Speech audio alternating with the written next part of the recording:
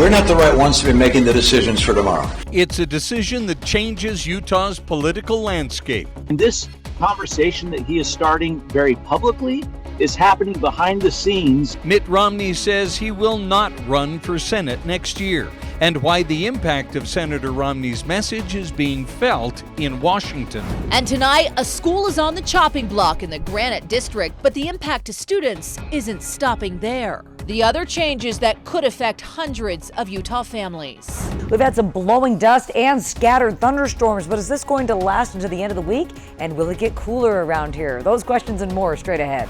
Plus, for the first time, we're hearing from the husband of popular YouTube star Ruby Franke, what he's saying tonight about the accusations of child abuse. Main Street's just the heart of downtown Salt Lake. Mayor Mendenhall is enthusiastic about open streets forever, but some business owners are skeptical about what it would take to make that happen. Live from Utah's news leader, Fox 13 News at 9 starts right now. Leave, which is you leave when they're laughing, you leave when they're wishing you would stay. And I really don't want to be in an institution where people are saying, why is he still hanging around?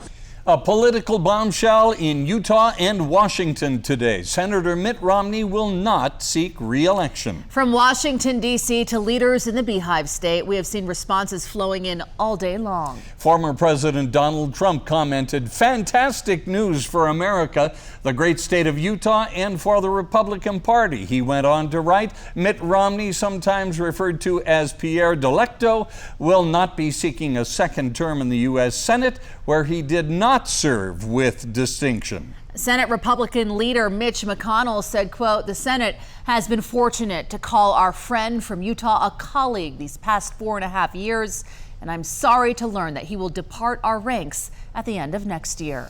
Many others shared the same sentiment, from Governor Spencer Cox to Utah Senator Mike Lee and Congressman Blake Moore. Fox 13 News political reporter Ben Winslow shares how this announcement was surprising, but also not. You know, I considered my age and the fact that at the end of a second term, I would be in my mid-80s. Senator Mitt Romney announced he won't seek re-election after one term, citing his age and the desire to step aside for someone else. And a bunch of guys that were around, the baby boomers, who were around in the post-war era, we're not the right ones to be making the decisions for tomorrow. As the former Republican nominee for U.S. president back in 2012, Utah's junior senator exercised outsized influence. But he also has not been afraid to break party lines and buck his own party. He voted twice to impeach President Trump and voted with Democrats on some big bills. Senator Romney didn't back down on his criticism of Trump and noted the different factions of Republicans. It's a populist, I believe, demagogue portion of the party. Look, I represent a small wing of the party, if you will. I call it the wise wing of the Republican Party. And I don't believe we're going away. I think ultimately we'll see a resurgence. It's led to him being booed at the Utah Republican Party convention and no shortage of Republicans lining up to replace him, even though he thinks he'd win again. Senator Romney certainly blazed his own brand and his own trail, and there was times that he was smack dab in the middle of where most Republicans are, and there were other times where he was maybe on the periphery of where Republicans are. Utah Republican Party Chair Rob Axson says expect a lot of people to consider a run. I would say there's 10 to 15 people who have reached out to me over the last couple of months, a couple more over the last couple of hours. Two Republicans who've already jumped in. House Speaker Brad Wilson, who's still in an exploratory campaign, told Fox 13 News in a statement he wished Romney well, even if they didn't always see eye to eye. He says, "We're at a crossroads, and it's never been more important to elect a strong conservative fighter," and he's been encouraged by the support he's received so far and to, quote, "stay tuned." Look, we only have 7 months approximately to the state convention. So that's not a lot of time to cover a state of 3.2 million people, and we are going to continue to just run every day. Riverton Mayor Trent Staggs is running. He's backed former President Trump and says it's time for a conservative on par with Mike Lee, representing Utah in the Senate. I'm grateful that he's decided to step aside, and now it's really going to enable us to move forward on this very conservative America First agenda that we have. Here's who tells me they're not running. Utah Attorney General Sean Reyes says he won't go for the Senate seat, even though he thinks he would win. Former House Speaker Greg Hughes tells me he's just happy now being Citizen Hughes. Romney says he will not endorse anyone. On the Hill, Ben Winslow, Fox 13 News, Utah. Senator Romney not running again to make room for new leadership is being considered a message to the old guard in Washington. Let's break down in depth what Senator Romney said today. Oh, I think it'd be a great thing if both President Biden and former President Trump were to stand aside and let their respective party pick someone in the next generation. President Biden, when he was running, said he was a transitional figure to the next generation. Well, time to transition. Now, I spoke with Hinckley Institute of Politics Director Jason Perry tonight. He says behind closed doors, there are discussions about the very thing Senator Romney did today, aimed at not only Presidents Biden and Trump, but Nancy Pelosi and Mitch McConnell, too. We're getting to a point where even Senator Romney this week and others are talking about the age of the officials and their ability to lead our country. I think that there will be many who will deny that that is a discussion item, but people in political circles know it's true.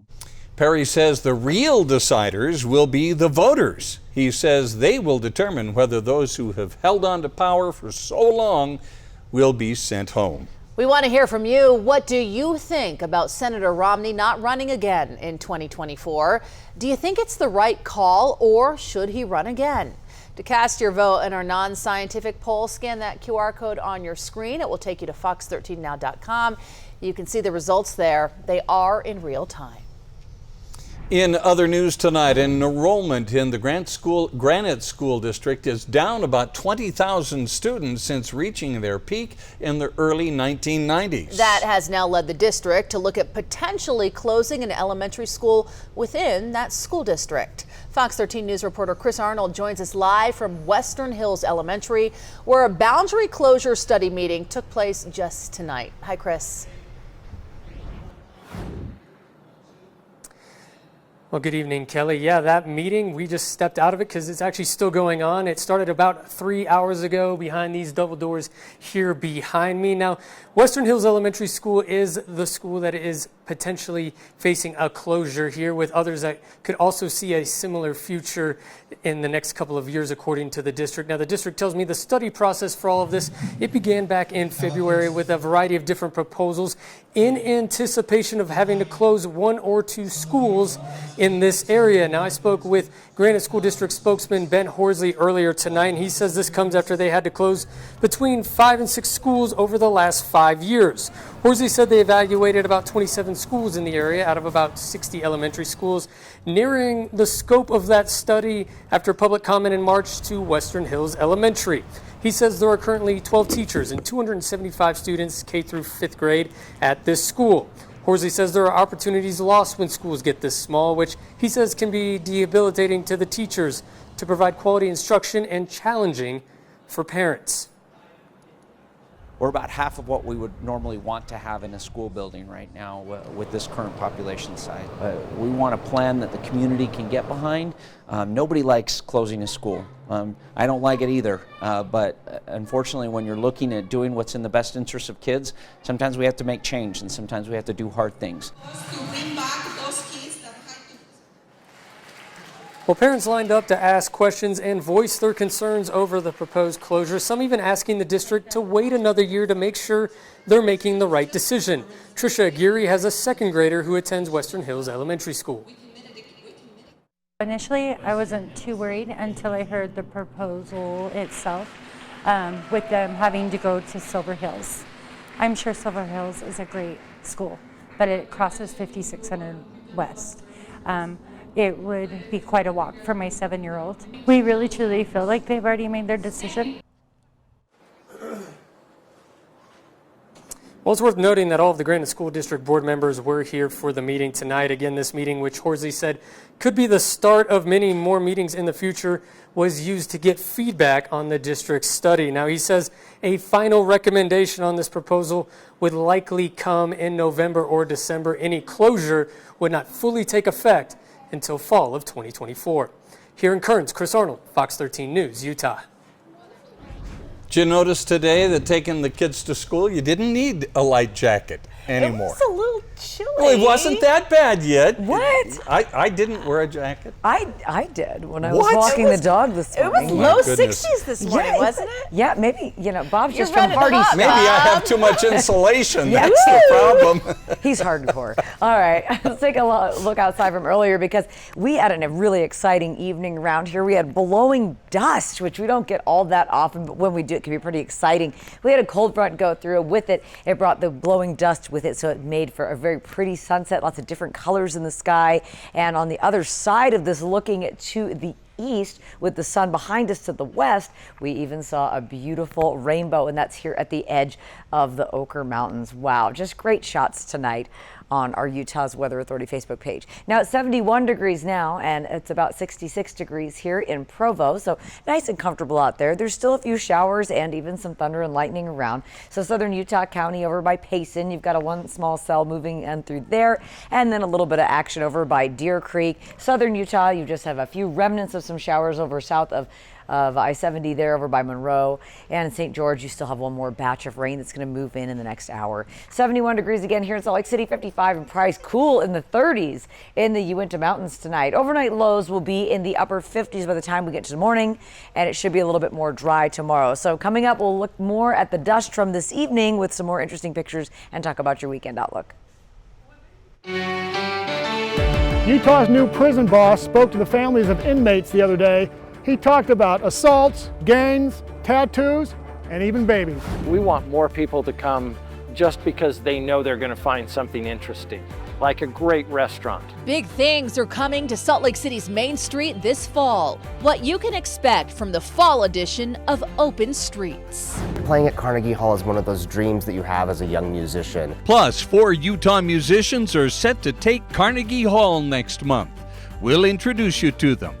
Utah wide receiver Mikey Matthews is off to a great start with the Utes as a freshman. We'll tell you who Kyle Whittingham compares him to coming up.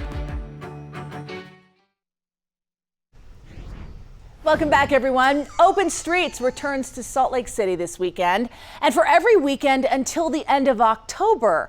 Again, the city will block off Main Street to cars and turn it into a promenade with free entertainment. Sounds like a lot of fun. Fox 13 News reporter Jenna Bree shows us how the city and business owners are now preparing. Main Street's just the heart of downtown Salt Lake. During the last few Open Streets, Matt Crandall says his restaurants Whiskey Street and White Horse really thrived. People enjoy it. They're able to walk around, mingle. It actually extends our patios out here and gives us an extra about 20 seats for guests to dine. And it really drives business for downtown businesses. This time around, Main Street will have 9 holes of urban golf, free yoga, and silent disco in shipping containers. They're going to find something interesting, like a great restaurant, a great dining experience on the sidewalk, entertainment, people watching, all of the urbanity that you expect from a world-class city. Open Streets could soon be here to stay. I am committed to making Main Street as a permanent opening to pedestrians happen. Mayor Mendenhall is enthusiastic about Open Streets forever, but some business owners are skeptical about what it would take to make that happen. A little concerned about the construction part of it and maybe the time frame on that and how that would affect our businesses during that time, if it would, limit people from coming down here. I know when they put in the tracks and did Main Street back then, it really kind of hurt Main Street. Open Streets will be every Friday and Saturday starting this weekend until October 28th, from noon until 1 a.m. In Salt Lake City, Jenna Bree, Fox 13 News, Utah. There is nothing more prestigious for a musician than playing at Carnegie Hall in New York City. It is the pinnacle of performing. Of the millions of musicians around the country, only a fraction ever wind up there. And next month, that fraction will include 4 Utahns. To be a performer at Carnegie Hall means that you have to have an extremely high caliber of qualifications and experience. David Park is the assistant concertmaster of the Utah Symphony. He plays all over the world as a soloist and in recitals and chamber groups. And playing at Carnegie Hall in New York next month will be a return for him. That last time I performed there was 30 years ago. So I was a little kid. I was a prodigy.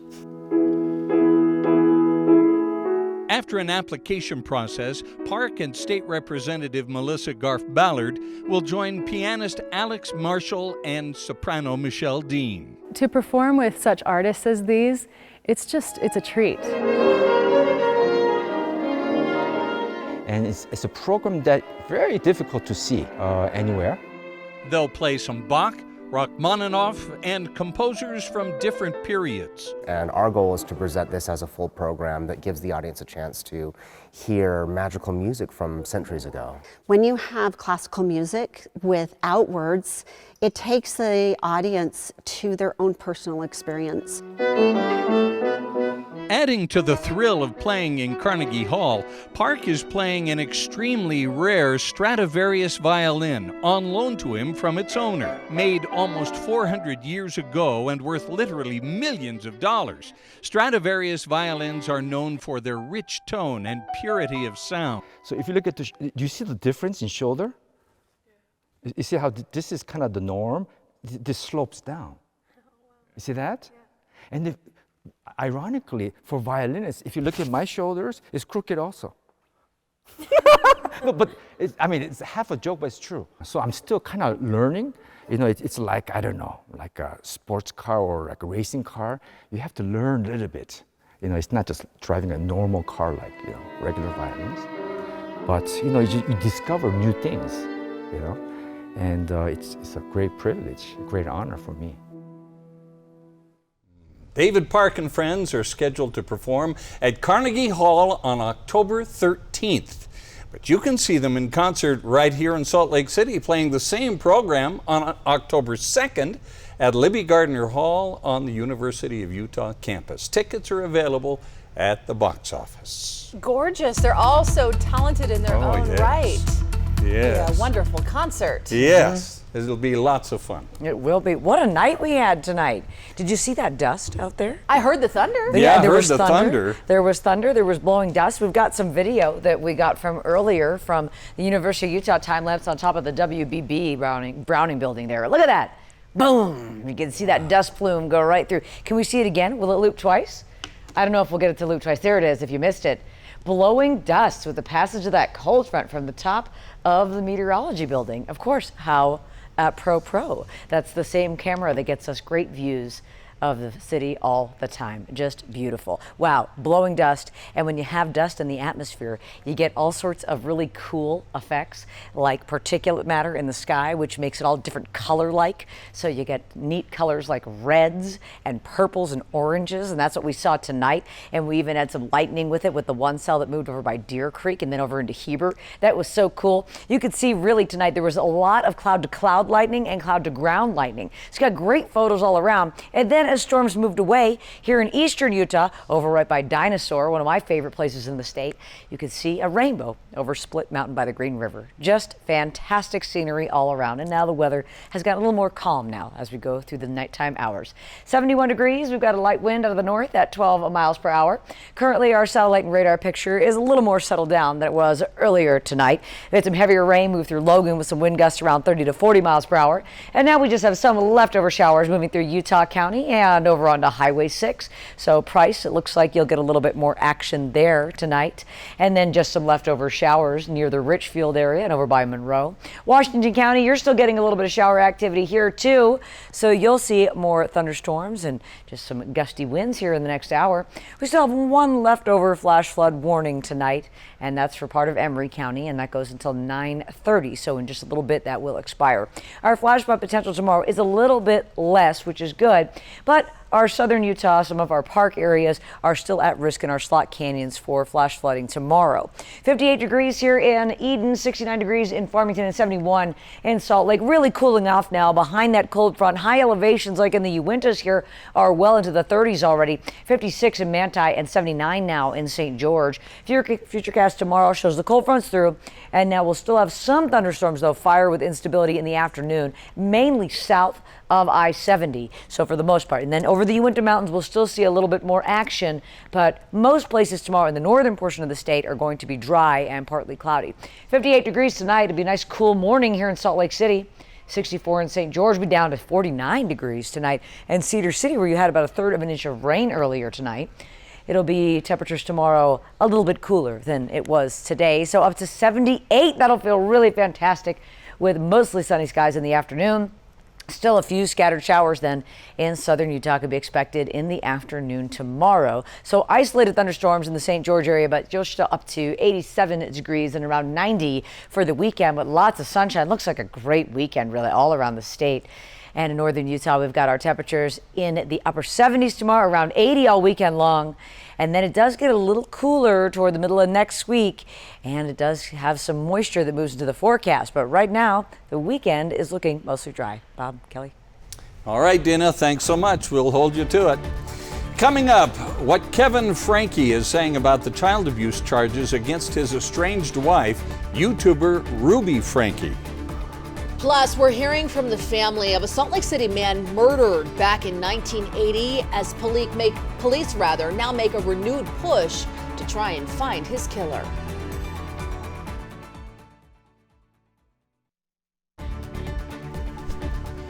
The Utah Attorney General's office wants a quick resolution to its lawsuit over Bears Ears and Grand Staircase Escalante National Monuments. You'll recall a federal judge threw out the state's challenge to President Biden's power to reinstate the original boundaries of both monuments. So the state is appealing to the 10th Circuit Court in Denver.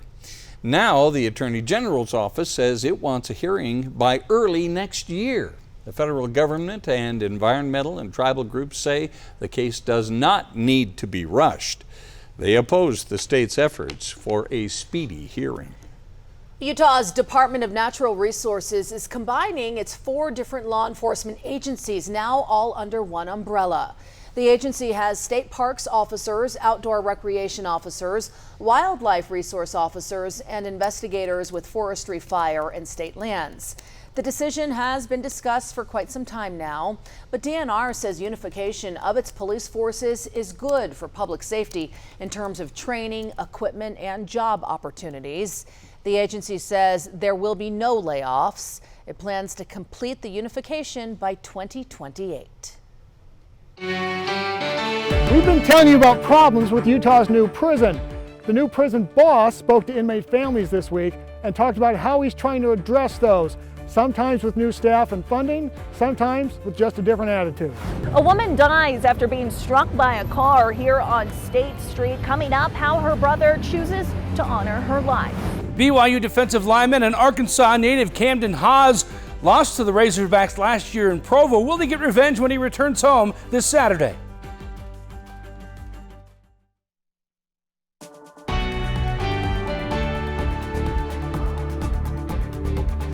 Assaults, gangs, and health care. The director of Utah's prison system discusses them all at a town hall earlier this week. Fox 13 News investigative reporter Nate Carlisle has been showing us the problems at Utah's new billion-dollar prison. Now, Nate was at the meeting this week, but it was the families of inmates who got to pose the questions. Brian Redd took over the Utah Department of Corrections in May. The new prison behind me cost $1 billion and is supposed to be the crown jewel of the department, but it's understaffed. And Redd told inmate families this week that he's still working to fill positions and address those problems created by understaffing. And there are many dedicated staff trying to do the right thing. I would acknowledge there may be some that aren't, but we need to lead them along and we need to teach them the right way to do things. Redd spoke Monday to the Utah Prisoner Advocate Network. It represents inmates and their families. For years, UPAN has complained about poor health care in Utah's prisons. Twice in the last 2 years, Auditors have reported problems, including what they called a culture of non-compliance among prison healthcare workers. Correctional Health Services is working to improve the ICR response times and wait times for appointments, and we should start seeing improved results. The biggest issue, again, is staffing. The new Salt Lake City prison and the older one in Gunnison need hundreds of new employees, from guards to nurses to counselors. Some units of the Salt Lake City prison haven't been opened. We don't have enough correctional officers to, safely open those without requiring additional mandatory overtime from our staff, something that we don't want to do. Red talked about trying to find alternatives to prison stays for nonviolent offenders or parolees who commit violations. But there's one unit Corrections is thinking of opening. It's studying the feasibility of a nursery where incarcerated women can care for young children or give birth. Red acknowledged some inmates are staying in prison longer than they might otherwise because they don't have enough workers to provide substance abuse or sex offender treatment. Without that, the parole board doesn't want to release inmates. I've asked that our team look at how many individuals are in that situation, and we're kind of doing an analysis right now. Just last month, a gang fight at the Gunnison prison sent 5 inmates to the hospital. Some inmates joined gangs to avoid being assaulted or taken advantage of, but then face repercussions if they quit. We can change their safety level, and we can kind of try to move them to a different area. We have the tattoo removal program now. We're getting that set up. And I think there's more demand than we can meet right now. Red took questions from families. They get a brown banana, brown apple, and then the incarcerated individuals just end up throwing them away. He was supposed to start physical therapy after 4 weeks, and he cannot get into a doctor. The director and his staff said they would look into both matters. The Department of Corrections also supervises parolees and probationers. Red said he was recently accompanying parole agents in the Richfield area. Looking into the eyes of these individuals that are on parole, how challenging it can be, and the families that are supporting them. And it just, we're all in this together, so let's just keep working it together. In Salt Lake City, Nate Carlisle, Fox 13 News, Utah. A Utah family is hoping you can help them get some answers and closure to who killed their father. 76-year-old Celadon Archuleta was murdered in his own home in Salt Lake City back in May of 1980. 43 years later, the case has long since gone cold, but the pain remains for his relatives who still can't believe someone would want to hurt him. We want justice for him, and we want to be his voice. He no longer has a voice, and we want to be his voice, and we will continue to be his voice. So we're pleading for help from the community. They feel strongly there were at least 2 people involved and that someone along the way had to say something about the crime. They say now is the time for those people to step up and speak out. If you have any information, please call Salt Lake City Police. We're now hearing from the husband of Ruby Franke, the YouTube star accused of abusing her children. The two have been separated for about a year. Kevin Franke's attorney tells the Salt Lake Tribune during that time, Ruby told him the children's lives were, quote, blissful, and he was unaware of any abuse. He says they're working to reunite Kevin with the children. The Franke's 4 minor children are currently in state custody.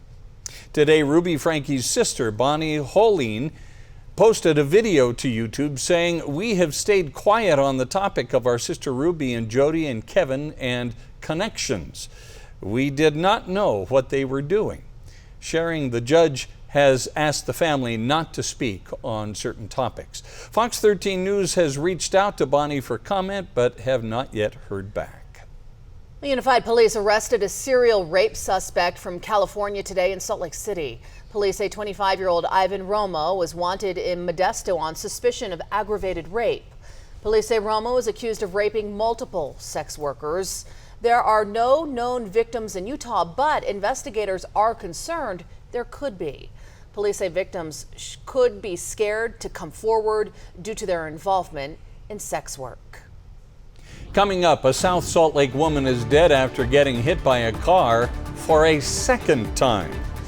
We speak with the family. And it's now been a week since Ogden's mayoral primary election.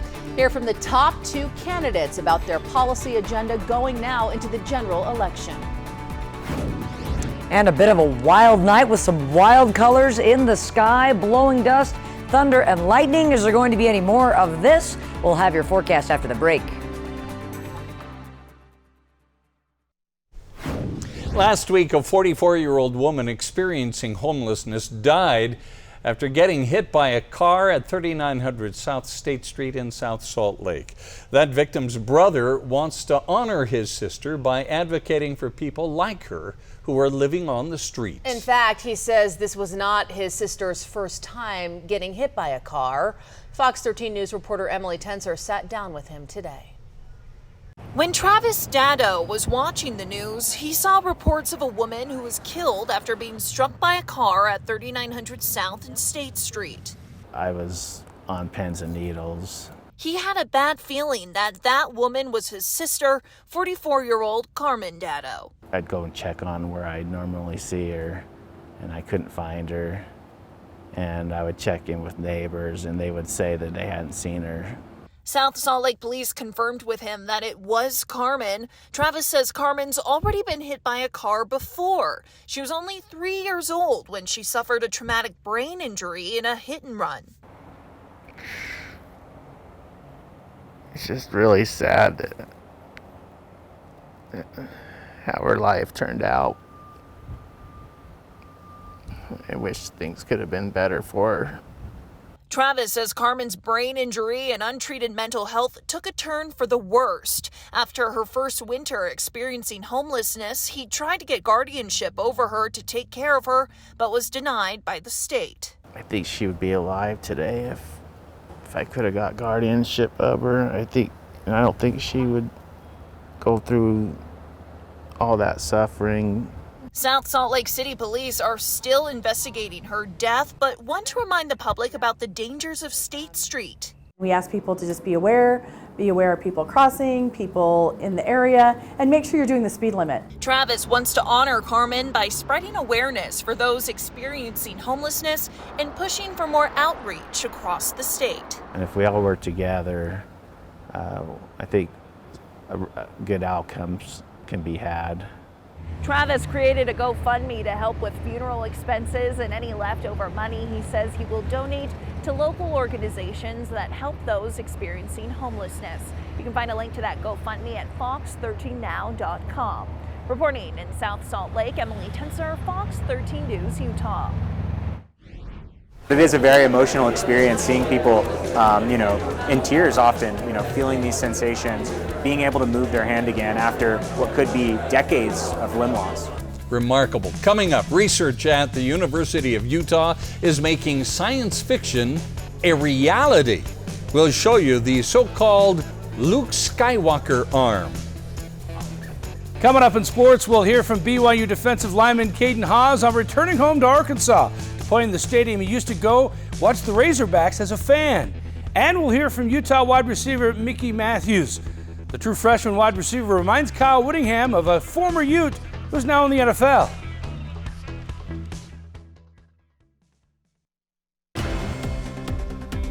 It has been a week since the Weber County Elections Office processed more than 95% of the votes in the Ogden mayoral race. From 7 candidates in the primary, we are now down to just 2 contenders, Taylor Knuth and Ben Nadolski. We spoke to both candidates today about their overall policy agenda. Ogden is a growing city, and truly affordable housing is a concern for people who live there, so it is a top priority for both candidates. Other issues include public safety, infrastructure, and fostering local economic development. We're rolling out 3 major pillars of our Back to the Basics policy agenda: community-oriented public safety, environmental sustainability and preservation, and people-centered economic development. So we've always put people as our top priority. So everything that we think about in terms of policy priorities, we think about how does it impact and how does it help our people. The official canvass is September 19th. That's when the results will be certified, and the top 2 candidates would then formally move to the race for the mayoral seat in the general election. Bringing science fiction dream one step closer to reality. Assistant Professor Jacob George, this man, and fellow researchers at the University of Utah announced breakthrough technology back in 2019 with the Luke arm. There it is right there. Named after the robotic hand given to Luke Skywalker in The Empire Strikes Back. You know that movie. It had the ability to feel objects. Today, in a lecture on technology and the quality of life, George explained how they are taking that technology and using it to help those with neurological disabilities. This goes beyond just having individuals with disability being able to complete normal activities, right? But it goes to things that could be equalizers across the playing field for not just the extreme neurological disabilities, but people who might be slower, older, and maybe not be able to keep up with some of the younger individuals. The technology has been expanded to include bionic exoskeletons. Used with smartwatches, it will allow anyone to seamlessly control smart devices and augmented reality by just thinking about it. Oh my gosh. Isn't that something? You know, the advancements in technology, just knowing how it will impact so immensely people's lives. Yeah. It's unbelievable how far we have come, Dina. Yeah, definitely. I mean, there's so much medical technology now that just wasn't there even 5 years ago. It's true. I mean, really different out there. All right, switching gears, let's check on weather tonight. We had an exciting night. There was blowing dust. We just don't get it that often, but boy, it made for a really cool scene outside as the sun went down. You know, when the sun sets and you have the dust in the atmosphere, it bends the light, and the colors that you see are different. So we got some golds, oranges, pinks, and purples. A lot of great colors in the sky tonight. Beautiful pictures all around. And the good thing is with that frontal boundary and the dust moving through, it went through quickly. It only lasted about an hour to maybe 2 hours max. So that certainly was good. 71 degrees now. We've got partly cloudy skies with a light wind, turning out to be a pretty nice overnight. Just a few leftover showers now. For the most part, things have quieted down quite a bit. A little bit of shower activity leaving Utah County and heading over to our mountains here around Mount Timpanogos and American Fork Canyon, and over by Provo Canyon as well, by Deer Creek. You still have some showers there. And south of Richfield, a little bit of shower activity, and over in Washington County, just some lighter showers here and some gusty winds. We still have flash flood potential for tomorrow, and that's for some of our southern Utah areas and central Utah, including the San Rafael Swell, where we've got probable flash flooding tomorrow. Now, the rain showers moved quickly tonight, but some of them put down some rain in a hurry. So over at the Moon Lake area, but then other parts of Duchesne County, we had some impressive rain totals at over an inch, but then some places saw barely any. So Moon Lake saw just 0.07, but very close to there, Lake Fork had over an inch of rain, and Current Creek had about 0.8 of an inch. Provo, you got about a quick third of an inch of rain, and Kanab, a little bit over 1/10 of an inch. So not everybody got a lot of rain, but there was some really exciting optics in the sky with the sunset tonight, and of course the lightning that was out there too. 71 degrees here in Salt Lake City now. It's 59 degrees in Heber and 57 in Eden tonight. We're already in the 50s in Logan. Going to be a cold night there for you. Temperatures well into the 40s by the time you wake up in the morning. Futurecast for tomorrow afternoon shows we'll do it again, but mostly the showers will be contained to south central Utah and mainly south of I-70 with a few scattered showers over the Uintas and a little bit in Carbon County and some of the Book Cliffs. But most places tomorrow in the northern half of the state are going to be dry, and it'll be a nice day. So overnight, we'll call it partly cloudy skies. Some of the showers now wrapping up. 58 degrees here in Salt Lake, 64 in Provo. And then tomorrow we'll be up to 78 beautiful degrees with mostly sunny skies. It should be a really nice day tomorrow. Southern Utah, you still have the scattered showers there. And temperatures will be around 90 for the weekend in southern Utah, and they stay around 90 for the weekend, and then tomorrow will be in the upper 80s. And for northern Utah, we're in the upper 70s tomorrow, and our temperatures this week will be around 80 degrees with a chance for rain moving in the middle part of next week.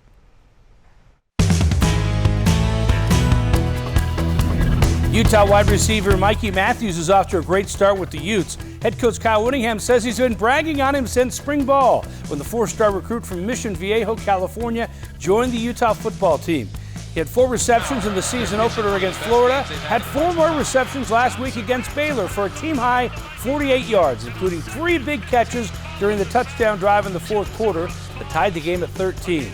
5'8", 180 pounds, he's one of the smaller players on the field, but Coach Whittingham has compared him to Britton Covey, the former Utah Ute who's now in the NFL with the Philadelphia Eagles. First of all, his toughness. I love how tough he is. He is a tough kid. The lights are not too bright. You know, when he goes in the game, he's not in awe. He's not overwhelmed. He's a baller, and he goes out and makes plays. And for a true freshman to do some of the things he's doing is really good. He's just one of those guys that comes in a lot like Covey was, who's ready, and the moment's not too big. You know, he doesn't have the deer in the headlights look. He's got that fire in his eye, and he's ready to go. I feel like I've always proven it just because I have a rugby background. I played rugby for like 13 years, so just being able to just go up in the middle is just getting natural. Right now it's good. I mean, I'm getting the rock, so I can't complain, and just hopefully just keep producing. Having a guy like him in the slot, you know, he's shifty, you know, he's quick, he's shifty, he's fast. So having a guy like him in the slot, putting him on those types of routes, getting him open field, getting him matched up with linebackers, you know, it's good having a player out there like him. Well, BYU defensive lineman Caden Haws grew up in Arkansas, so he's returning home to play in Arkansas this Saturday. The Razorbacks beat the Cougars last year in Provo, so Haws is looking forward to this game to get back at the team he grew up cheering for. It's cool, you know, getting to go play in the stadium he grew up going to as a kid, you know. It's cool. I don't have any buddies on the team anymore. They all graduated last year, you know, thanks to mission and stuff like that. I'm kind of old, but no, it's exciting.